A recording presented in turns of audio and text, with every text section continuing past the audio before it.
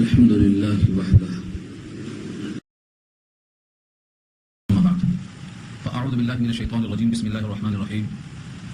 تبارك الذي بيده الملك وهو على كل شيء قدير الذي خلق الموت والحياة ليبلوكم أيكم أحسن عملا وهو العزيز الغفور إلى آخر الآية. صدق الله العلي العظيم وصدق رسوله النبي الكريم ونحن على ذلك من الشاهدين والشاكرين. اللهم ألهمنا رشدنا وأعذنا من شرور أنفسنا. اللهم وفقنا لما تحب وترضى من القول والفعل والنية. رب اشرح لي صدري ويسر لي أمري واحلل عقدة من لساني يفقهوا قولي. آمين يا رب العالمين.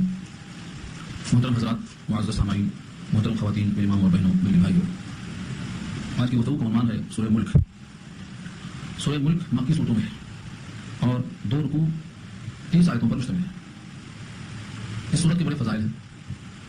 اگر کوئی صحیح طور پر اپنے محبوب کی خواہش پوری کرنا چاہتا ہو تو اس سے بڑی خواہش اور اس سے زیادہ بہترین اشارہ کیا ہو سکتا ہے کہ فرمایا نبی صلی اللہ علیہ وسلم نے میری خواہش یہ ہے کہ یہ سورہ ملک میرے امت کے ہر فرد کے دل میں ہو. یہ خواہش کیا نبی صلی اللہ علیہ وسلم. اگر کوئی اپنے حبیب اور محبوب کی اور اپنے نبی کی خواہش پوری نہیں کر سکتا تو مطلب یہ ہے کہ وہ انتہائی غافل ہے، جس کو ہم کیئرلیس کہتے ہیں، اسے کوئی اہمیت نہیں کسی چیز کی. یہ نبی صلی اللہ علیہ وسلم کی خواہش کیوں ہے کہ میرے ہر امتی کے قلب میں یہ صورت ہو؟ اس کی کوئی وجہ ہونا چاہیے. خود فرمایا نبی صلی اللہ علیہ وسلم نے کہ یہ صورت منجیہ، نجات دلانے والی، یعنی عذاب قبر سے، اور یہ واقعہ ہے بغیر عین کے واقعہ، یعنی بچانے والی، اس کا ترجمہ بھی بچانے والی. وقایہ کے معنی آتے ہیں بچانا، تو واقعہ بچانے والی اور ناجیہ نجات دینے والی. سورہ ملک پڑھنے والا اگر اس کو پابندی سے پڑھتا ہے تو اس پر عذاب قبر نہیں ہوگا، کیونکہ یہ آدمی پر چادر کی طرح چھا جاتی ہے. قبر میں جب انسان پہنچتا ہے تو یہ سورہ ملک اس پر چادر کی طرح چھا جاتی ہے، عذاب ہونے نہیں دیتی. اس لیے ہے 2 ہی رکوع پر مشتمل 30 آیتوں پر. ایک روایت اور یہ ہے کہ فرمایا نبی صلی اللہ علیہ وسلم نے کہ قرآن پاک میں ایک صورت ہے جو ہے صرف 30 آیتوں پر مشتمل لیکن نجات دلانے والی صورت ہے. اشارہ مفسرین کا سورہ ملک کی طرف ہے. جس طرح سے سورہ یاسین کو قلب کہا ہے، سورہ رحمان کو دلہن کہا ہے، سورہ بقرہ کو پہاڑ کی چوٹی کہا ہے، ایسے ہی سورہ ملک کے بارے میں یہ ہے کہ یہ نجات دہندہ صورت ہے. مومن کو اور کیا چاہیے؟ مومن کا ایمان اور اس کے سارے اعمال اسی واسطے تو ہیں کہ اس کو نجات مل جائے. اور پہلا مرحلہ قبر ہے، وہاں اس سے اگر نجات ہو رہی ہے تو اس کو باقاعدہ باضابطہ سیکھ کر صحیح سے پڑھنا چاہیے، پابندی کے التزام کے ساتھ. مرنے سے ڈرنے کے واسطے روز شوگر کی گولیاں کھائیں گے، بی پی گولیاں کھائیں گے، فلاں گولیاں کھائیں گے، پورا انتظام ناکامی کریں گے. لیکن آگے کی منزل میں اگر نجات چاہیے تو یہ گولی بہت عام ہے، اس میں خرچہ نہیں ہے. 10 منٹ میں آپ آرام سے پڑھ سکتے ہیں سکون کے ساتھ. اور اگر روزانہ پڑھتے جائیں گے تو انشاءاللہ ایک آدھ ہفتے میں آپ کو زبانی یاد بھی ہو جائے گی پڑھتے پڑھتے. اس کے بعد آپ سوئے پڑھ سکتے ہیں. تو سورہ ملک کی فضیلت یہ ہے کہ اس کو ہمیں اپنے دل میں جگہ دینا چاہیے. یہ نبی کی خواہش ہے. اس صورت کی اتنی اہمیت کیوں ہے؟ کیونکہ اللہ تعالیٰ کی بادشاہت کا تذکرہ کیا ہے اللہ نے خود. 4 چیزیں اس میں آ رہی ہیں. ایک تو اللہ کی ذات کا وجود. نمبر 2 اللہ کی ذات کے ساتھ تمام خوبیاں اور کمالات سے اس کا متصف ہونا. نمبر 3 ہر چیز پر قادر ہونا. اور نمبر 4 حسن عمل دیکھ کر بندوں کو صلہ دینے کی جو وعدے کیے گئے ہیں ان کو نبھانا. یہ سب اسی صورت میں آ رہا ہے. ایک بہت اہم چیز یاد آئی. سورہ ملک میں ایک لفظ آیا ہے، دوسری ہی آیت میں پہنچ رہا ہے کہ تولا جائے گا نام اعمال، گنا نہیں جائے گا. تولا جائے گا کیوں؟ ایکم احسن عمل آ رہا ہے. تو میں احسن عمل کون کر کے آیا؟ ایک ہوتا ہے زیادہ عمل، ایک ہوتا ہے اچھا عمل. اچھے عمل کے لیے اللہ نے احسن عمل کہا، حسن عمل. اور زیادہ عمل کے لیے کثرت عمل کا. مطلب کون سا ہے؟ حسن عمل، اکثر عمل نہیں.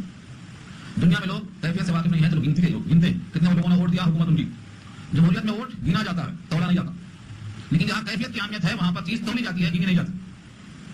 اسی لیے کوئی ایک عمل بھی ایسا ہو سکتا ہے جو سارے اعمال پہ بھاری پڑ جائے، جیسے مومن کا اخلاص، مومن کا ایمان. لوگوں کے پاس بہت اعمال ہوں گے لیکن ایمان نہیں ہوگا یا کمزور ہوگا، ان کی حیثیت ختم. دکھاوا ریاکاری ہوگی تو ختم. لیکن اگر کسی کا اخلاص اور ایمان مضبوط ہے تو سارے اعمال پہ بھاری پڑنے والا ہے. یہ بات انشاءاللہ آپ کو بخاری کے آخری درس میں ملے گی. تو قیامت میں نام اعمال تولا جائے گا، گنا نہیں جائے گا. کتنی نمازیں پڑھی، کتنے روزے رکھے، کتنے حج کیے، یہ نہیں دیکھا جائے گا. کیسا حج کیا، کیسی نماز پڑھا، کیسا روزہ رکھا. کیفیت کا مسئلہ ہے، یہ بات بھی صورت میں آ رہی ہے. اب لفظوں کے ساتھ دیکھیے. تبارک الذی بیدہ الملک. تبارک با برکت ہم اردو میں استعمال کرتے ہیں. برکت کے معنی کم چیز میں زیادہ نفع ہو جائے. کھانا کم ہے، کئی لوگوں کو پہنچ گیا، کم سے کم چیز میں زیادہ لوگ استفادہ کر لیں. آپ کے وقت میں برکت ہے تو کیا مطلب ہوا؟ وقت اتنا ہی سب کے پاس ہے لیکن سب کو نماز پڑھنے کی فرصت نہیں ملتی. آپ کو ماشاءاللہ نماز پڑھتے ہو تو موقع مل جاتا، وقت میں برکت. کماتے بہت لوگ ہیں لیکن پریشان رہتے.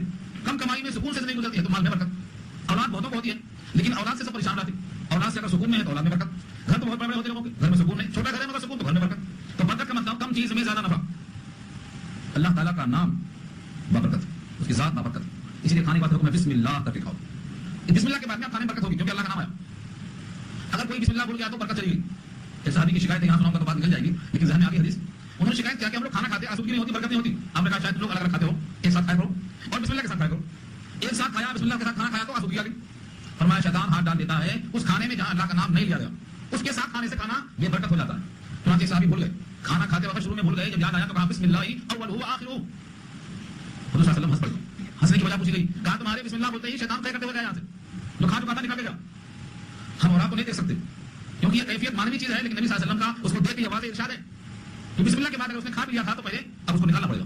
یہ ہے برکت, تبارک با برکت ہے, بڑی برکت ہے. الذی بیدہ الملک, جس کے ہاتھ میں ملک ہے. بیدہ, ید کے معنی ہاتھ کہتے ہیں, اللہ کے ہاتھ نہیں ہے, جسامت سے وہ پاک ہے. جہاں جہاں لفظ ید آیا ہے وہاں مراد ہے اللہ کی قدرت. ید بول کر قدرت مراد کیوں لیا گیا ہے؟ کیونکہ ید ہر جگہ اپنی قدرت کا اظہار کرتا ہے, چاہے اقدام کرنا ہو یا دفاع کرنا ہو, دونوں میں یہ ہاتھ ہی آگے بڑھتا ہے. مار کو روکنا ہے تو ہاتھ آئے گا, اور کسی کو مارنا ہے تو ہاتھ آگے آئے گا. یہ ذریعہ قدرت ہے, قدرت کا اظہار اس سے ہوتا ہے. تو ید بول کر اللہ کی یہاں قدرت مراد دی ہے. تبارک الذی بیدہ الملک, بابرکت ہے وہ ذات جس کے ہاتھ میں قدرت ہے. ملک کے معنی بادشاہت. الملک الف لام کے ساتھ الملک ہے, اس سے اشارہ یہ ہے کہ بادشاہت کسی قسم کی کہیں کی ہو, تمام بادشاہت اسی کے قبضے میں, ساتوں زمین اور ساتوں آسمان کی بادشاہت کے قبضے میں. الملک انا ملک الملوک, میں بادشاہوں کا بادشاہ ہوں, یعنی جتنے بادشاہتے ہیں ان تمام کا بادشاہ میں ہوں. مخلوق الملوک فی بیدی, اور بادشاہوں کے دل میں چٹکی میں, تمام بادشاہوں کا بادشاہ ہوں, بادشاہوں کے دل میں چٹکی میں. ساتوں زمین ساتوں آسمان میں جتنی بادشاہتے ہیں سب کے دل اللہ کی چٹکی میں. کتنا قادر ہے وہ کیا نہیں کر سکتا.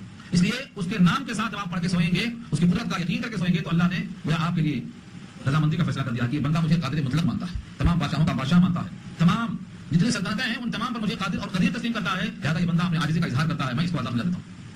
یہ ملک تمام بادشاہت, وہ علی کل شیء قدیر, وہ ہر شے پہ قادر ہے. قدیر کا لفظ آتے ہی مبالغہ ہے, ایک ہے قادر, ایک ہے قدیر. قادر قدرت والا, اور قدیر مبالغے کے ساتھ ہر چیز پر قدرت والا. تو اس ایک آیت میں دو بات ثابت ہوئی, ایک تو اللہ کا وجود پہلے ٹکڑے میں, اور وہ بھی وجود جو برکت کے ساتھ ہے, اور دوسرے ٹکڑے میں ثابت ہوا کہ وہ ہر شے پر قادر ہے, قدیر. تو قدرت اور برکت اس اللہ کے ساتھ جڑ گئی, یہ دو باتیں ثابت ہوئی. اللہ کا وجود, اللہ کے ذات کے ساتھ برکت اور قدرت. اس قدرت کے اظہار کے لیے بندوں کے احوال جو مختلف ہیں ان میں سے دو کا انتخاب کیا اللہ نے, ایک موت اور ایک حیات. کیونکہ کسی کو بخار آتا, کسی کی کمر میں درد ہوتا, کسی کے سر میں درد ہوتا, مختلف احوال آتے ہیں, کبھی صحت مند ہے, کبھی مایوس اور مغموم ہے.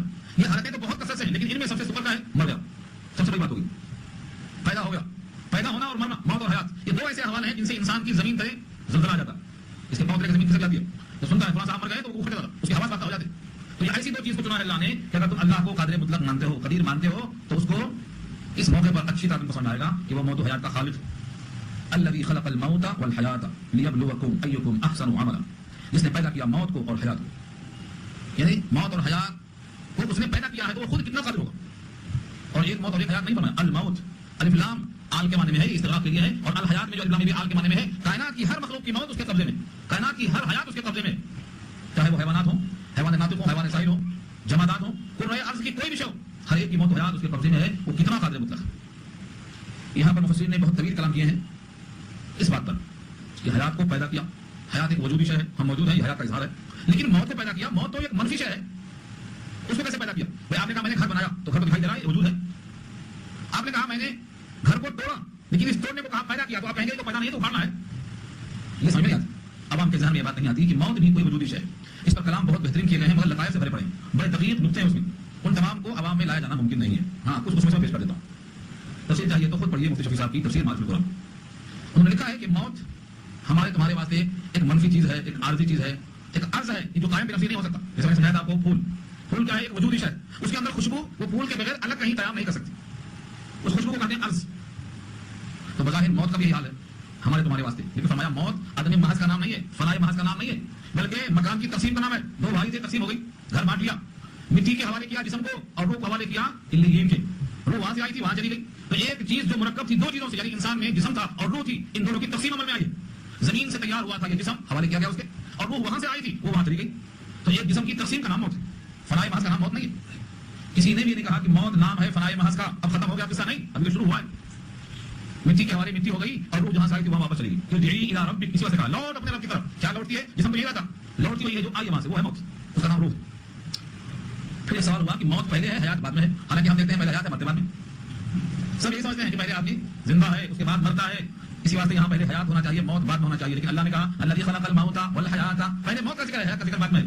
کیونکہ ہم ایک موت کو جانتے ہیں جو آنکھوں سے دیکھتے ہیں, بوڑھا ہو کے مر گیا, جوان تھا مر گیا, ہمارے سامنے تھا مر گیا, اس موت سے ہم واقف ہیں. لیکن یہاں یہ موت نہیں مراد ہے, یہ تو تم جانتے ہی ہو پہلے سے. اور اگر یہ مراد بھی ہے تو یہی موت سب کچھ نہیں ہے, اس سے پہلے بھی ایک موت تھی, پہلے بارے بات آ چکی ہے. اللہ فرماتے ہیں کنتم امواتا فاحیاکم, تم پہلے مردہ تھے, تم کو میں نے زندہ کیا ہے. کنتم امواتا فاحیاکم ثم یمیتکم ثم یحییکم, پھر تم کو میں موت دوں گا, پھر تم کو میں حیات دوں گا. تو دو موت اور دو حیات, ایک موت ہو چکی ہے اور ایک حیات مل چکی ہے. ابھی ایک موت اور آئے گی, پھر ایک حیات اور آئے گی, ہم تو واقف نہیں ہیں ابھی. یہاں اگر دیکھا جائے دونوں کو, تو پہلے کیا ہے؟ پہلے موت ہے, بعد میں حیات. اسی واسطے جہنم یا جنت میں جو جانے والے ہیں ان کے واسطے کہا ہے سورۃ دخان میں لا یذوقون فیہا الموت الا الموتۃ الاولی، پہلی موت تو ان کو مل چکی، اب دوبارہ کوئی موت وہاں پر نہیں آئے گی. تو اسی کائنات میں دو موت ہے اور دو حیات. پہلے حیات نہیں ہے، پہلے موت ہے. وہ پہلی موت کون سی تھی؟ اپنے آپ سے پوچھ لو. اگر آپ کی عمر 100 سال کی ہے تو 100 سال سے پہلے آپ کیا تھے، کہاں تھے، زندہ تھے کہ مردہ تھے؟ تو جواب میں آئے گا ہم تو تھے ہی نہیں، معدوم تھے. جب معدوم تھے، موجود ہی نہیں تھے، تو حیات کا سوال ہی پیدا نہیں ہوتا. سوال کر لو آپ کی عمر کتنا صاحب کہیں 200 برس، 500 برس، 1000 برس، اس کے پہلے کیا تھے آپ؟ نہیں. تو وہ کیا ہے؟ عدم محض نہیں ہے، تو مردہ تھے. اور جب مردہ تھے، معدوم تھے، یہاں سارا اسی کی طرف. اللہ نے موت کو اور حیات کو دونوں کو پیدا کیا. تو موت کوئی منفی شے نہیں ہے، موت نام ہے تقسیم جسم کا. جسم کو مٹی کے حوالے، روح کو اللہ کے حوالے، جو علیین مقام ہے یا سجین مقام ہے، منتقل کرنے کا نام موت ہے. یہ دونوں اللہ کی قدرت ہے. اور بھی روایتیں بہت ہیں. مثلا یہ ہے ابن عباس کی روایت میں ہے کہ محشر کے میدان کے بعد جنتی جنت میں اور جہنم میں پہنچ جانے کے بعد موت کو میڈے کی شکل میں لایا جائے گا اور میڈے کو ذبح کر دیا جائے گا.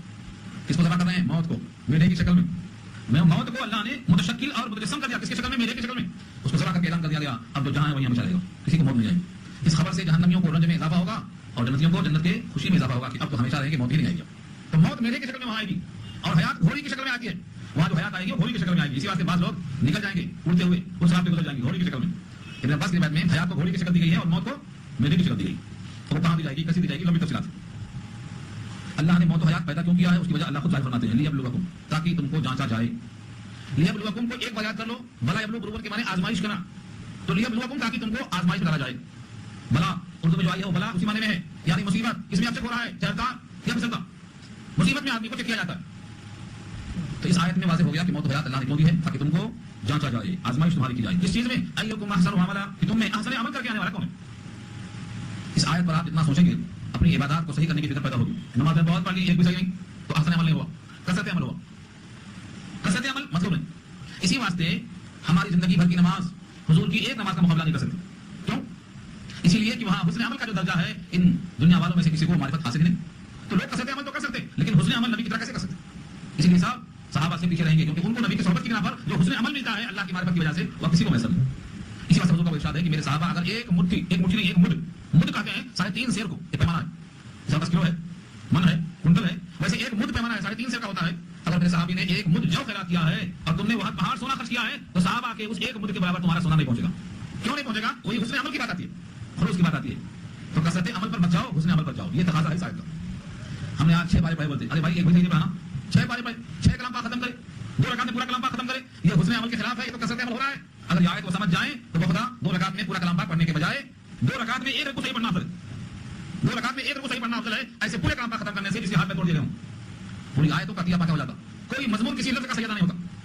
قرآن کریم کی بجائے عزت کی بے عزتی ہوتی، عظمت کے بجائے تحقیر ہوتی، سنت کے بجائے بدعت ہوتی، ثواب کے بجائے گناہ ہوتا. قرآن ان پر بجائے اس کے کہ دعا کرے بد دعا کرتا. حدیث میں آتا ہے بعض الناس یقرؤون القرآن والقرآن یلعن علیہ، بعض لوگ قرآن ایسا پڑھتے ہیں کہ قرآن پہ لعنت کرتا ہے. تو نے مجھے خراب کیا ہے، تجھے اللہ خراب کرے. کیوں؟ کیونکہ ہم نے اس میں حسن عمل تلاش نہیں کیا. حضور کا حکم یہ تھا واتلوا القرآن وابکوا، قرآن پڑھو اور رو. رونا کب آئے گا؟ جب کچھ سمجھ آئے گا تو روئیں گے. یہاں تو خالی بتانا ہے کہ 6 پارا ہے، 10 پارا، 20 پارا، یہ کس کو دکھانا ہے؟ بندوں کو. تو بندوں سے ڈرنا لینا اور اللہ کی خاطر ہے. یہ اس میں کثرت نہیں چاہیے، اس میں حسن عمل چاہیے. یہ ایک جگہ، یہ ایک لفظ ہے جو آپ کو ہر جگہ فٹ کرے گا. نماز ہو، روزہ ہو، تلاوت ہو، صدقہ ہو، خیرات ہو، تعلیم ہو، ہر جگہ آپ کو یہ دیکھنا ہے حسن عمل بہتر ہے کثرت عمل سے. غریب کو کھانا دے دیا، جتنا کھانا بچ گیا تھا، سڑ گیا تھا، سب اٹھا کر دے دیا، بہت دے دیا بتائے. اللہ نے کہا ہے تم کو اگر دیا جائے تو قبول کر دے. کیا؟ تو تم جو قبول نہیں کرتے تم اللہ کے نام پہ دے رہے ہیں. تازی ایک روٹی تم دے دے تو اچھی تھی، تمہارے بھگونے میں باسی کھانے کے مقابلے میں. تو یہ لفظ جو ہے ایکم احسن عملا، یہ پورے اسلام کے ہر عمل پہ فٹ ہوگا، ہر جگہ لکھ لیجیے. تو حسن عمل کیا ہے؟ سنت کے مطابق وہ کام ہو تو حسن عمل ہے. سنت سے ہٹنے والا عمل حسن عمل ہو ہی نہیں سکتا ہے کیونکہ جو اللہ کو پسند ہے وہ حسن ہے اور نبی کو اللہ نے پسند کر کے کہا ہے کہ یہ تو نمونہ ہے. آپ کی حیات نمونہ ہے. لقد کان لکم فی رسول اللہ اسوۃ حسنہ. جب آپ کی حیات نمونہ ہے اور آپ کو اللہ نے پسند کر لیا ہے تو اسی کا نام تو سنت ہے. اسے ہٹ گئے تو حسن ختم ہو گیا. حسن کسے کہتے ہیں؟ اچھائی. اچھائی کا معیار کیا ہے؟ کس کی نگاہ میں کون سا اچھا ہے؟ ہر آدمی کے پاس ذوق الگ الگ ہے، معیار الگ الگ ہے، لیکن وہ معیار جو اللہ کے پاس اچھا ہے اسی کا اعتبار ہوگا اس کلام الہی میں. وهو العزیز الغفور، اور وہ اللہ غالب ہے، مغفرت کرنے والا، بخشش کرنے والا. اس میں اشارہ یہ ہے عزیز غالب ہے، یعنی اس کا فیصلہ کوئی ٹال نہیں سکتا، وہ جس کو ڈال دے آزمائش میں اسے کوئی الگ نہیں کر سکتا. اور وہ غفور ہے، بخشش کرنے والا ہے. اگر حسن عمل کرتے کرتے کچھ لغزش ہو جائے، کچھ غلطیاں ہو جائیں، حسن عمل کی کوشش کے باوجود کہیں حسن عمل میں خطا ہو جائے تو وہ غفور ہے، مغفرت کرنے کو تیار ہے. یہ اللہ کا وعدہ. بندہ کوشش کر رہا ہے، پوری کوشش کر رہا ہے، پھر بھی کوتاہی ہو گئی تو اللہ فرماتے ہیں میں تمہارے اس عمل کی اصلاح کر کے قبول کر لوں گا. خود میں نام کو پڑھ دیا یصلح لکم اعمالکم. یہ کیا ہے؟ یصلح لکم اعمالکم. اس کے لیے یہ جو بندہ کوشش کر کے عمل کرنا چاہتا ہے اس کے واسطے ہے. قولاً سدیدا، سچی بات کہو اور سچا عمل کرو. اللہ کا وعدہ کیا ہے؟ یصلح لکم اعمالکم ویغفر لکم ذنوبکم. تمہارے اعمال کی اللہ اصلاح کر دیں گے. جو اس میں کوتاہیاں، خامیاں، لغزشیں، کمی ہیں ان کو اپنے کرم سے پورا کر کے پھر قبول کریں گے. بشرط کہ تم طاقت لگاؤ. تم جان بوجھ کے اس کو کچرا کر دیں گے تو اس کی اصلاح نہیں کریں گے. معاشرہ کو دکھانا، سچی بات کرو. احسان ہے، بہت بڑا احسان ہے کہ اعمال کی اصلاح کر کے قبول کریں. اس پر واقعات بہت ہیں. ایک صاحب نے دعوت کی اور یہ دور صحابہ کا واقعہ. کھانا اتفاق سے جو پکایا گیا وہ کڑوا ہو گیا. جیسے آپ توری پکائیں گے، توری میں ایک آدھ خراب پورا کڑوا. ایسا کچھ چیز آگے اس میں نہیں کڑوا کھانا ہوگا. اگر مہمان نے پورا کھانا نہ کھا لیا ہوتا تو میزبان کو شرمندگی ہوتی. تو مہمان نے کہا تمہارا کھانا بہت اچھا ہے، پورا کھانا کھا گئے، اور لاؤ سب کھا گئے پورا، چھوڑے نہیں. صرف بتانے کے لیے کہ ان کو تکلیف نہ ہو جائے کہ میرا کھانا کڑوا ہے، مہمان کو تکلیف ہوئی ہوگی. یہ اہل اللہ کا طریقہ رہا ہے کہ میزبان کو کسی قسم کی خفت سے بچانے کے لیے ایسا کرتے تھے. جتنا وہ مہمان کی ضیافت میں فکر کرتے تھے اتنا ہی مہمان اپنے میزبان کی فکر کرتا. کبھی کوئی چیز زیادہ ہو گئی تو اس کو ظاہر نہیں کرتے. عیب کھانے میں ہے تو کھانے کو عیبدار کہنا منع ہے، ہاتھ کی جگہ بہتر. تو اللہ تعالیٰ بندوں کے اعمال کو درست کر کے قبول کریں گے. یہ اللہ کی غفاریت، یہ غفور کا تقاضا. اب اللہ کی قدرت اور اللہ کی مغفرت ان دونوں کو سمجھانے کے لیے عزیز کا غالبانہ نظام دیکھو. فرمایا الذی خلق سبع سماوات طباقا، جس نے پیدا کیا 7 آسمان تہ پر تہ. طباقا کو سکھاتے ہیں توقع، ایک طبق، دو طبق، 3 طبق. طبق کو سمجھانے کے لیے آپ کے ٹفن کا ڈبہ ہوتا، چھوٹا، اوپر نیچے بڑا، مختلف سائز. اس کو تہبتہ جو جمع ہے آپ اس کو کہتے ہیں طبقہ. اور ایک تہبتہ لفظ آتا ہے کیلے کے لیے، تلحم منزود، سورہ واقعہ میں آیا. کیلا پر کیلا رکھا ہوا ہوتا ہے، وہ بھی تہبتہ ہے، لیکن وہ منزود ہے، جمع ہوا ہے. اور یہ منزود نہیں ہے بلکہ دونوں میں 500 برس کا وقفہ ہے. تو طبقہ یہ جڑا ہوا نہیں ایک ساتھ. اگر تہبتہ ہے تو منزود، تلحم منزود کا کیلے تہبتہ ہوں گے، لیکن ہر کیلے کو چپکا ہوا رکھا ہے. تو ایسا یہاں پہ ایک آسمان میں دوسرا آسمان ہے، بیچ میں 500 برس کا فاصلہ. 500 برس ہماری حیاتی نہیں 500 برس پہ پہنچیں گے کیا؟ ایسے 7 آسمان ہیں اور ہر آسمان کے پیچھے 500 برس کا فاصلہ ہے. اس کے اوپر عرش ہے، اس کے اوپر کرسی ہے. اللہ کی عظمت کا کون اندازہ کر سکتا ہے؟ یہ محدود عقل ہے، سوچ بھی نہیں سکتی ہے. اور یہی مخلوقات میں سب سے افضل اور اشرف ہے. اس کا یہ حال ہے کہ یہ نہیں سمجھ سکتی ہے، سمجھ سکتی ہے تو پھر کون مخلوق سمجھ سکتی ہے؟ یہ غلبہ ہے. یہ العزیز کی تشریح کیا. العزیز اتنا غالب ہے، اس نے پیدا کیا 7 آسمان تہ بتہ طباقا. ما ترى في خلق الرحمن من تفاوت، ما ترى تم نہیں دیکھتے ہو، فی خلق الرحمن، رحمان کی تخلیق میں، رحمان کے بنانے میں، من تفاوت. تفاوت کے معنی کچھ فرق، تفاوت کے معنی آتے ہیں دونوں میں فرق. ایک آسمان ایسا، دوسرا ویسا، تیسرا ایسا، چوتھا ویسا نہیں. تخلیق میں تفاوت نہیں، سب برابر. ہر آسمان برابر، ہر تخلیق برابر. یا تفاوت سے مراد کچھ کمی؟ اللہ کی تخلیق میں تمہیں کوئی کمی نظر نہیں آئی. حیوانات ہوں، نباتات ہوں، عناصر ہوں، اجرام علویہ ہوں، سماوات ہوں، سب کے اندر آپ دیکھیں گے اللہ کی تخلیق میں کہیں کوئی کمی آپ کو نظر نہیں آئی. فرجع البصر هل ترى من فطور، فرجع البصر، نگاہ اٹھا کر دیکھو. اللہ نے حکم دیا فرجع البصر، دوبارہ اٹھا کر نگاہ دیکھو. هل ترى، کیا نظر آ رہا ہے تمہیں؟ من فطور، کوئی دراڑ، کوئی پھٹن، کوئی شگاف. فطور کے معنی شگاف، دراڑ. اس سے کئی باتیں کی ہیں. کیا آسمان کو دیکھا جا سکتا ہے؟ کیا آسمان یہ نیلگوں ہے یا اوپر کی فضا ہے جو دور اور طویل ہونے سے نیلگوں نظر آتی ہے؟ اس بات جانے کی ضرورت ہی نہیں. جہاں تک دکھائی دے دیکھ لو. آنکھوں سے دکھائی دے تو آنکھ سے دیکھ لو، ورنہ آنکھ سے مراد دیکھنا نہ ہو تو عقل سے سوچ کر دیکھ لو. ضرورت 2 قسم کی ہوتی ہے، ایک عقل سے، ایک آنکھ سے. آپ کی کیا رائے ہے؟ یہ مناسب ہے تو کیا پوچھتے ہیں؟ یہ رائے کیسی ہے؟ یہاں کی رویت اللہ کیسی ہے؟ عقل کی رویت مراد ہے. آپ کی رائے کیا ہے؟ آپ کے خیال میں کیسا ہے؟ مجھے کیا کرنا چاہیے؟ یہ کیا ہے؟ یہ کون سی رویت ہے؟ رویت بصری نہیں ہے، قلبی رویت ہے. تو دیکھو اللہ کی تخلیق میں دوبارہ دیکھو، پھر سے دیکھو. اب تک نہیں دیکھا ہے تو پھر سے غور سے دیکھ لو. هل ترى من فطور، کوئی فرق نظر آتا ہے؟ اللہ نے ثم کے ساتھ ہدایت دی. ثم ارجع البصر کرتين، پھر اٹھاؤ نگاہ 2 بار. پہلے غفلت میں دیکھا ہوگا، بغیر توجہ کے دیکھا ہوگا، دھیان نہیں دیا ہوگا، ہتھیار نہیں لیا ہوگا، آلات نہیں ساتھ میں ہوں گے. دوبارہ دیکھو، پھر دیکھو، بار بار دیکھو، تو بجا کر دیکھو، کوئی تم کو فطور نظر نہیں آئے گا. ثم ارجع البصر کرتين، پھر نگاہ اٹھا کر دیکھو، دوبارہ دیکھو. ينقلب اليك البصر، لوٹ کے آ جائے گی تمہاری طرف نگاہیں خاسئا، رد ہو کر. خاسئا کے معنی دھتکاری ہوئی، مایوس ہو کر، تھکی ہوئی نگاہ واپس آئی. وہ حسیر کے معنی تھکی ہو، تھک جائے گی دیکھتے دیکھتے. تھکی مادی لوٹے گی مگر کوئی آئے تلاش نہیں کر سکے گی. یہ اللہ کی تخلیق ہے، اتنا وہ غالب ہے. مخلوق کی پیدائش سے بہت پہلے بنا دیا، زمین اور آسمان بنا دیے. اس کے بعد دوبارہ اس میں کوئی آئرنگ گریزنگ کوئی ضرورت نہیں، کوئی کھمبے نہیں، کوئی کالم نہیں. بغیر عمد ترونہا، بغیر کھمبے کا تم دیکھ رہے ہو، کھانا نظر آتا نہیں. تو سجدہ میں کہا بغیر عمد ترونہا، تم دیکھ رہے ہو بغیر کالم کے ہے، مگر کالم اللہ کا حکم ہے. جب تک آپ رکیں گے، جب نہیں چاہا تو گریں گے. یہ ہے اللہ کے عزیز اور غالب ہونے کا اشارہ. ثم ارجع البصر کرتين ينقلب اليك البصر خاسئا وهو حسير، پھر اٹھا کر نگاہ دیکھو، دوبارہ دیکھو، نگاہیں پلٹ کر تمہارے پاس رد ہو کر آ جائیں گی، تک تھکا کر آ جائیں گی. اس کی تفصیل میں گئے تو فلک کے نظام پر بڑی گفتگو طویل ہے، لیکن یہاں سے قدرت کا اظہار ہے. وَلَقَدْ زَيَّنَّا السَّمَاءَ الدُّنْيَا بِمَصَابِيحَ وَجَعَلْنَاهَا رُجُومًا لِلشَّيَاطِينِ وَأَعْتَدْنَا لَهُمْ عَذَابَ السَّعِيرِ. اور تحقیق مزین کیا ہم نے دنیا بھی آسمان کو. آسمان کو مطلب نہیں کہا، السماء کے ساتھ صفت لگایا، الدنیا. دنیا کیوں لگایا؟ دنیا سے قریب ہے. کون سا آسمان؟ جو عرش کے قریب ہے؟ نہیں، وہ آسمان جو دنیا سے قریب ہے. اس دنیا والے آسمان کو سماء الدنیا. اور ایک معنی ہے دنائن دنون کے قریب ہونا، تم سے جو قریب ہے آسمان وہ مراد ہے. تو آسمان دنیا کہو یا تم سے قریب ہے کہو، یہ کہاں سے آیا؟ الدنیا. دنیا بھی آسمان کو ہم نے آراستہ کیا. کیسے؟ بمصابیح، چراغوں سے. مصابیح جمع ہے، مصباح اس کا واحد ہے، چراغوں سے. یہ چراغوں سے مراد کون سے ہیں؟ آسمان کے جتنے بھی سیارے ہیں سب مراد سے. 9 سیارے مشہور ہیں. شمس و قمر، مریخ و زہرہ، زحل و عطارد، مشتری، یہ 9 کے 9 سب سیارے ہیں، ان سے اللہ نے ان کو آراستہ کیا ہے۔ وجعلناها رجوما للشیاطین، اور بنایا ہم نے ان تاروں کو ذریعہ رجم شیاطین کے لیے۔ جب شیاطین اوپر جاتے ہیں تو ان کو مارنے کا کام بھی اللہ نے تاروں سے کیا ہے، جس کا ہم کہتے ہیں شہاب ثاقب، تارے کا ٹوٹنا جس کو بولتے ہیں، انقضاض الکوكب بولتے ہیں۔ لکھا ہے قرطبی نے تارا ٹوٹنا ضروری نہیں اس کے لیے، آپ کو لگتا ہے کہ تارا ٹوٹ کے پیچھا کر رہا ہے، ہو سکتا ہے شیاطین کے جانے سے اس میں سے ایک آگ نکلتی ہو جس کا پیچھا کرتی ہو۔ آج کل لوگ بناتے ہیں دوا مچھر مارنے کی، الیکٹرانک دوا، جیسے ہی مچھر قریب آتا ہے چٹ چٹ چٹ کی آواز آنا شروع ہو جاتی، یہ انسانوں کا بنایا ہوا ہے۔ تو جب اللہ تعالیٰ نے بنایا ہے تو جیسے شیاطین وہاں قریب جاتے بارڈر پہ پہنچتے اس میں سے شعلے نکلتے جس کو مار بھگاتے۔ تارا ٹوٹ کے گرنا کوئی ضروری نہیں ہے، قرطبی کی رائے سے ہے، اور اس پر اللہ قادر ہے کہ تاروں کو بھی دوڑاتے ہوں پیچھے، کوئی تعجب نہیں ہے۔ انسان کا فام، انسان کی رسائی بہت کم ہے، امکان تو بہت کچھ ہے۔ تارے خود بخود پیچھے آتے ہوں یا تاروں سے کوئی آتشی مادہ نکلتا ہو، یہ اللہ کی قدرت تابع ہے۔ شیاطین کو مار بھگاتے ہیں، وَأَعْتَدْنَا لَهُمْ، اور تیار کیا ہم نے ان کے لیے عذاب السعیر، سعیر کہتے ہیں ایسی آگ کو جس میں دھواں نہ ہو، صرف شعلے ہو، اس کو سعیر کہتے ہیں۔ سعر اور سعیر، ایسی آگ جس کے شعلے اوپر جاتے ہوں لیکن اس میں دھواں نہ ہو، تو دھکتی ہوئی آگ ترجمہ کیا ہے۔ وَلِلَّذِينَ كَفَرُوا بِرَبِّهِمْ عَذَابُ جَهَنَّمَ، اور ان کے لیے جنہوں نے کفر کیا ان کے رب کے ساتھ کیا رکھا ہے، عذاب جہنم، جہنم کا عذاب رکھا ہے۔ یہ کافر چاہے جنوں میں سے ہوں چاہے انسانوں میں سے، دونوں طرح سے انجام یکساں ہے۔ بئس المصیر، اور بری ہے وہ لوٹنے کی جگہ، ٹھکانے کے اعتبار سے بہت بری جگہ ہے۔ اس جہنم کی آگ کا یہ حال ہے کہ جب جب اس میں کوئی ڈالا جائے گا، جب جب کسی کو ہلا کے ڈالا جائے گا، اذا القوا فیہا، جب ڈالے جائیں گے اس آگ میں، سمعوا لہا، تو سنیں گے اس آگ سے شہیقا دہارنا، وہی تفور، اور وہ جوش مار رہی ہوگی، اچھل رہی ہوگی، وہی تفور، فوارہ معلوم، فوارہ کس کو بولتے ہیں؟ فوارہ کس بنا ہے؟ تفور سے، فوارہ مانی جوش مارنا ہوا پانی جو اوپر جا کے بھی نیچے گرتا ہے، جوش مارنا تفور کہتے ہیں۔ کسی کو بخار بہت ہے تو بخار کا جوش مارنا بولتے ہیں، وہاں بھی تفور ہی آئے گا، الحمہ تفور، بخار جوش مار رہا ہے، تو یہ جہنم بھی جوش مارتی ہوگی۔ جہنم کو اللہ نے دہاڑنے کی آواز دی، وہ شہید کا ترجمہ ہے، شہید مانے دہاڑنا، جیسے بھوکا شیر ہو کھانا سامنے آئے تو دہاڑ کے دوڑتا ہے، ایسے یہ جہنمیوں کو دے کر دہاڑ کی آواز دے گی اور کھینچے گی۔ سورہ ہود میں کہا ہے کہ اس کے لیے ایک سیٹی کی آواز بھی ہے، لہم فیہا زفیر و شہیق، یہاں بھی شہیق ہے وہاں بھی شہیق ہے، لیکن وہاں زفیر کا اشارہ ہے، اضافہ کیا ہے، اور زفیر کہتے ہیں سیٹی مارنے کو۔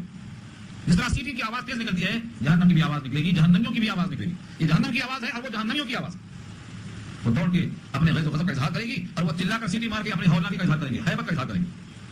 لہم فیہا زفیر و شہیق، اس کے لیے وہاں پر دہرنا ہوگا اور جوش مارتی ہوئی ہوگی۔ وہ تکاد تمیز من الغیظ، قریب ہے کہ وہ پھٹ پڑے گی جوش غضب سے۔ غیظ و غضب اردو میں استعمال ہے، یہاں وہی غیظ ہے، غیظ اپنے غصے کی بنا پر پھٹ پڑے گی، ایسا محسوس ہوگا۔ اس جہنم کو اللہ تعالیٰ نے عجیب و غریب بنایا، اتنی وسعت کی بھرتی ہے، اتنی دلکش آواز ہے، اور پھر ہر ایک کو پکارتی بھی ہے، نام بنام پکارتی ہے۔ جہنم کو محشر کے میدان میں اونٹ کی لگام کی طرح پکڑ کے لایا جائے گا اور چنے گی۔ فرمایا تم دسترخوان پہ لقمہ چنتے ہو نا، کون سی بوٹی اچھی ہے، وہ محشر میں چنے، کون کس قابل، اے فلاں ابن فلاں، نام بنام پکارے گی۔ اللہ نے جہنم کو بولنے کی طاقت دی ہے، زبان دی ہے، دیکھنے کے واسطے آنکھ دی ہے، گردن اونچی کی ہے۔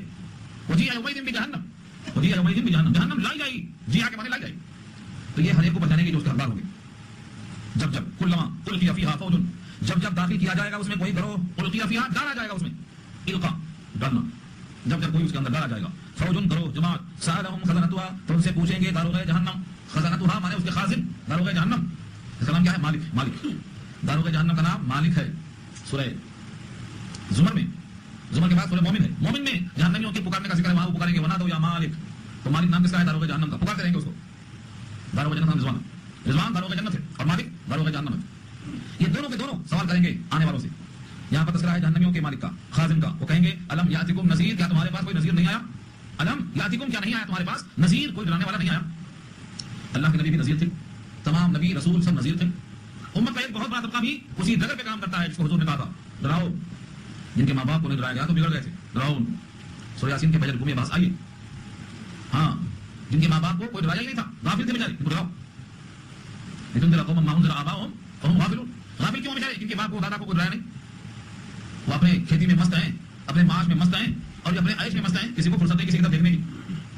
وہ کہیں گے ایسا نہیں ہوا، لوگ تو آئے تھے، ڈرانے والے تو آئے تھے، مگر ہم نے ان کو مار کے بھگا دیا، ہم نے کہا تمہاری ضرورت نہیں ہے۔ قالوا بلا قد جاءنا نذیر، کہنے لگے جواب میں کیا کہیں گے وہ، بلا ہاں کیوں نہیں، قد جاءنا نذیر، آئے تھے ہمارے پاس ڈرانے والے، بیچارے بستر لے کے آئے تھے، بہت دور دراز کے علاقوں سے آئے تھے، ہمارے پاس نذیر آئے، لیکن کیا ہوا؟ فکذبنا، ہم نے ان کی تکذیب کیا، ان کو جھٹلا دیا، وقلنا، اور ہم نے صاف صاف کہہ دیا ما نزل اللہ من شیء، اللہ نے کچھ بھی نازل کیا ہی نہیں، ان انتم الا فی ضلال کبیر، تم نہیں ہو مگر بڑی گمراہی میں، بڑی دور کی گمراہی میں ہو، تم کیا بات لے کے آئے ہو؟ مرنے کے بعد کہاں زندہ، کہاں جنت، کہاں جہنم، کھا پی کے ختم، سب کچھ دنیا ہی ہے، دنیا ہی میں مرنا ہے، دنیا ہی میں جینا ہے، وما یہلکنا الا الدہر، زمانہ ہی ہم کو ہلاک کرنے والا ہے، کوئی فرشتہ نہیں آنے والا ہے۔ وما لہم، حالانکہ ان کو اس کا علم نہیں تھا، تو جتنے ڈرانے والے ہیں ان کو سب کے سب ہی ڈرانے والے، اور آج تو وہ لوگ تو غافل تھے ایسا کہیں گے. آج کے تو سمجھدار لوگ کہتے ہیں اللہ تو غفور الرحیم ہے, نمازوں کی کیا ضرورت ہے, امتی ہونا کافی ہے. ایک بار کلمہ پڑھا دیا تھا تسمیہ خوانی میں خالد صاحب نے, بس وہ کافی ہے, وہ چلے گا بڑھاپے تک, کوئی ضرورت نہیں. بڑے خوش فہمی کے اندر موجود ہیں. شیطان کو اللہ نے چھوڑا اسی کام پر. وغرکم باللہ الغرور, تم کو اللہ سے دھوکے میں ڈال دیا, دھوکے باز نہیں. ایسے خیالات دل میں ڈالتا کون؟ شیطان کا یہی کام. وغرکم باللہ الغرور, نیم حکیم خطرے جانتا, نیم ملا خطرے ایمان. نہ قرآن معلوم نہ حدیث معلوم, فیصلہ کر دیا کہ ایک بار کلمہ پڑھ لیا جنت رکھی ہوئی ہے. تمہیں خالی عشق کرنا ہے زبان سے, وہ بھی عمل سے نہیں. تم خالی عشق مصطفیٰ مائک پر پکار دو, تمہارے واسطے کچھ عمل کی ضرورت نہیں ہے. تمہارے بدلے میں سب عیسیٰ کر گئے اور ہمارے بدلے میں حضور کر گئے, تمہیں کیا کرنے کی ضرورت, تم خالی کچھ بھی کرو. یہ چلنے والا نہیں ہے. وہاں پر پچھتانا پڑے گا. کیسا کہیں گے وہ لوگ؟ ان کی دو باتیں یاد رکھو. وقالو, اور وہ کہیں گے لو کنا نسمع او نعقل, کاش کہ ہم نے ان کی بات سن لیا ہوتا. لو کنا, لو حرف شرط ہے, اس کو تو حدیث میں کہا ہے شیطان کا لفظ ہے. حرف لو شیطان کا ہے. کیوں؟ اگر مگر بہت چلتا اس میں. لو مانا اگر میں ایسا کرتا تو ایسا ہوتا, اگر وہ نہ کرتا تو یہ نہ ہوتا, اگر مگر میں بہت لمبی سوچت, اگر مگر میں پورے بلان بن جاتے لمبے تھوڑے, تو اگر ویسا سوچا جائے تو وہ شیطان کا بن جاتا. اور اگر اللہ کے ساتھ, اللہ کی مشیت سے جوڑا جائے, قانون الہی کے ساتھ جوڑا جائے, تو یا جیسے اشارہ کیا ہے لو کنا نسمع, کاش کہ ہم سن لیتے, ان کی بات سن لیتے. اگر ان کی بات نہیں سنے تو کم سے کم اپنے عقل کا استعمال صحیح کیا ہوتے. او نعقل, کیا عقل کا استعمال کرتے. عقل بھی توحید واجب ہے. اگر کوئی نظیر نہیں آیا, ان کی بات آپ نے نہیں سنا, تو ہر بندے پہ اللہ نے جو عقل دی ہے اس عقل سے توحید لازم ہے, یہاں سے ثابت ہوتا ہے. او نعقل, کیسے؟ پانی برسا رہا ہے, کون برسا رہا ہے؟ سوچ سکتا ہے. زمین سے اتنی غذائیں کھا رہے ہیں, کون نکال رہا ہے؟ اتنی تازی ہوائیں کون چلا رہا ہے؟ اتنے اوپر آسمان پر بادلوں کا جمع کون کر رہا ہے؟ یہ عقل میں نہیں آ رہا ہے تو سوچیں کون ہے جو موت پیدا کرتا ہے اور انار کا رس پیدا کرتا, انار کا رنگ سرخ کر دیا, کیلے کو ہرا کر دیا, وہ کون ہے؟ دودھ میں پیتے جا رہے ہیں چائے, کبھی غور نہیں. شاد کھا رہے ہیں, کبھی غور نہیں. تو کائنات کی ہر چیز کو جب استعمال کر رہے ہیں تو اس میں اگر عقل کا استعمال کر لیا ہوتا تو سمجھ میں آ جاتا کہ کوئی قادر مطلق ہے.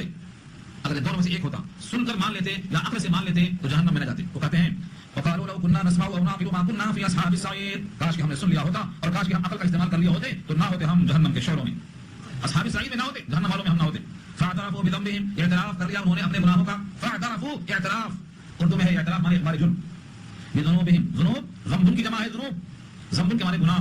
وہ اپنے گناہ کا اعتراف کریں گے, مگر اب اعتراف کرنے سے کچھ حاصل نہیں ہوگا. دنیا ہی میں اعتراف کر کے سدھرنے کی فکر کرتے تو فائدہ ہوتا.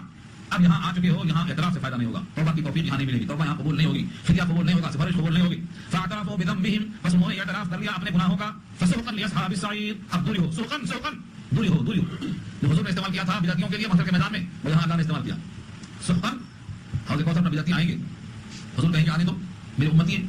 فرشتے کہیں گے انک لا تدری ما احدثوا بعدک, اے نبی آپ کو نہیں معلوم کہ انہوں نے آپ کی وفات کے بعد دین میں کیا کیا بنایا تھا.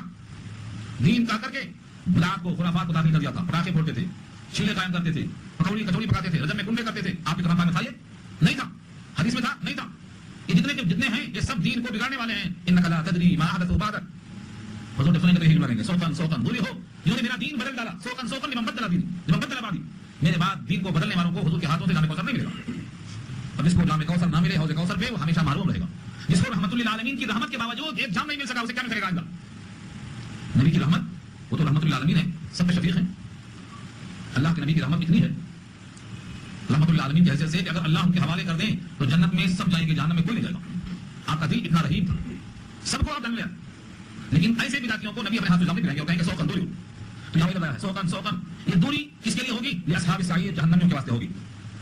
اس کے برخلاف جو اللہ سے بغیر دیکھے ہوئے ڈرتے ہیں, دیکھ سکتے نہیں لیکن بغیر دیکھے ڈرتے ہیں. ان الذين يخشون ربهم بالغیب, بے شک وہ لوگ جو ڈرتے ہیں اپنے رب سے بغیر دیکھے ہوئے, لهم مغفرۃ, ان کے لیے مغفرت اور معافی ہے, واجر کبیر, اور بہت بڑا اجر, بہت بڑا ثواب. بغیر دیکھے رب سے ڈرنا. یہ فرشتے صبح شام بدلتے ہیں, جن کی ڈیوٹی بدلتی ہے. اللہ سب کچھ جانتے ہیں, پھر بھی پوچھتے ہیں, بندوں کے سامنے چھوڑ کے آئے تو کہیں گے آپ کی یاد میں بیٹھے, جہنم سے ڈرتے ہوئے جنت کی طرف میں بیٹھے. اللہ سب کچھ جانتے ہیں, پھر بھی پوچھیں گے کیا انہوں نے جہنم کو دیکھا ہے؟ کہا نہیں. اگر دیکھا ہوتا تو اور طرف کرتے, جنت کی طرف اور کرتے, جہنم کی فکر اور کرتے. کہا اور مانگتے کیا ہیں؟ کہا جنت مانگتے ہیں, مغفرت مانگتے ہیں, آپ رضا چاہتے ہیں. کیا انہوں نے جنت دیکھا ہے؟ کہا نہیں دیکھا. اگر دیکھا ہوتا تو اور طرف بڑھ جاتی. اللہ فرماتے ہیں میرے جلال کی قسم, فرشتوں سے کہتے ہیں میرے جلال کی قسم, تم سب گواہ ہو, جتنے لوگ اس فکر میں لگے ہیں ان تمام میں نے مغفرت کر دی. یہی آیت ہے. جو بغیر دیکھے ہوئے اپنے رب سے ڈرتے ہیں ان کے لیے مغفرت ہے اور اجر کبیر ہے. یہ آیت ہے اسی اعلان کی.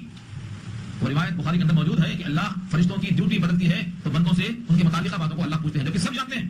سوال یہ ہے کہ پوچھتے کیوں جانتے سمجھ, اس لیے کہ ان فرشتوں نے کہا تھا یا آدم کو کیوں پیدا کرتے ہیں تو خون بہائے گا, خونریزی کرے گا, فساد کرے گا. اب ان فرشتوں کے منہ سے کہلواتے ہیں تم تو خود کہتے تھے فساد کرے گا, اب تم خود بولتے ہو تسبیح میں لگے ہیں, خوف میں لگے ہیں, دھن میں لگے ہیں, طلب میں لگے ہیں, جنت کی یاد میں لگے ہیں. تم تو ایسا کہتے تھے, اب تم خود گواہی دے رہے ہو. اس لیے اللہ ان سے کہلواتے ہیں. اس کے بعد وعدہ ہے وَأَسِرُّوا قَوْلَكُمْ أَوِ اجْهَرُوا بِهِ وَأَسِرُّوا قَوْلَكُمْ, اور چھپاؤ اپنے باتوں کو یا اس کو ظاہر کرو, چہرے کے ساتھ کرو یا سر کے ساتھ. سری اور جہری, نماز آپ پڑھتے ہیں سری چپکے چپکے, اور جہری زور زور سے. تو تمہارا قول اگر سری ہے یا جہری ہے, اللہ فرماتے ہیں تم چھپا کر کہو اپنی بات یا کھول کر, انہ علیم بذات الصدور, وہ تو سینوں کے راز سے واقف ہے. تمہارا کوئی بھید اللہ سے مخفی اور پوشیدہ نہیں ہے. تمہارے دل میں جو خیالات آتے اور جاتے ہیں ان سے بھی اللہ واقف. یعلم خائنۃ الاعین وما تخفی الصدور, وہ آنکھوں کی خیانت جانتے ہیں. آنکھوں کی خیانت اللہ کا جملہ ہے, یعلم خائنۃ الاعین. آنکھوں کی خیانت کیسی ہوتی ہے؟ آنکھوں کی خیانت کیسی؟ چوریاں آنکھوں کی اور سینے کے راز جانتا ہے سب کو, تو ہے بے نیاز. چوریاں آنکھیں کیسی ہوتی ہیں؟ کسی کو دیکھنا ایسا کہ وہ نہ دیکھ سکے, اور جب وہ دیکھنے لگے تو بھی نگاہیں آپ پھیر لینا, اس کو کہتے ہیں دزدیدہ نگاہ, چور نگاہ جسے کہا جاتا ہے. جب حضور ناراض تھے کعب بن مالک سے غزوہ تبوک کے بعد, 3 صحابی کا ذکر ہے نا سورۃ تبوک میں, غزوہ تبوک سے لوٹنے میں 3 صحابی نہیں گئے تھے, ان میں ایک غزوہ تبوک میں جو حاضر نہیں ہوئے تھے کعب بن مالک ہیں, 50 دن تک حضور نے بائیکاٹ کروا دیا تھا بات بند. پھر صاحب پڑھنے جائیں تو توبہ نہیں چلا آئے گا, توبہ کسی آ چکی ہے. تو وہ فرماتے ہیں کہ میں حضور کو چور نگاہوں سے دیکھتا تھا کہ حضور مجھے دیکھتے ہیں کہ نہیں دیکھتے. بائیکاٹ تو بند ہے لیکن مجھ پر نگاہیں گرم ہوتی ہے کہ نہیں ہوتی ہے, تو میں چور نگاہوں سے حضور کو دیکھتا اور بڑی خوشی ہوتی ہے کہ حضور مجھے دیکھ رہے ہیں. لیکن جب یہ محسوس ہوتا ہے کہ میں حضور کو دیکھتا ہوں تو حضور نگاہیں کر لیتے.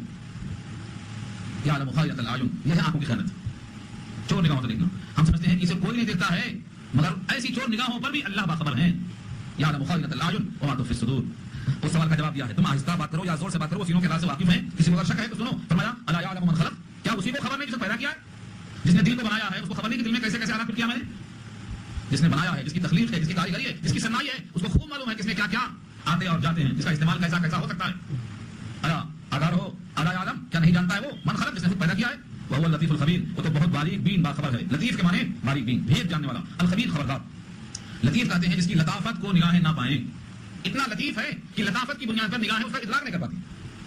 کیا کہتے ہیں, نگاہوں سے نظر نہیں آ رہا, کیوں؟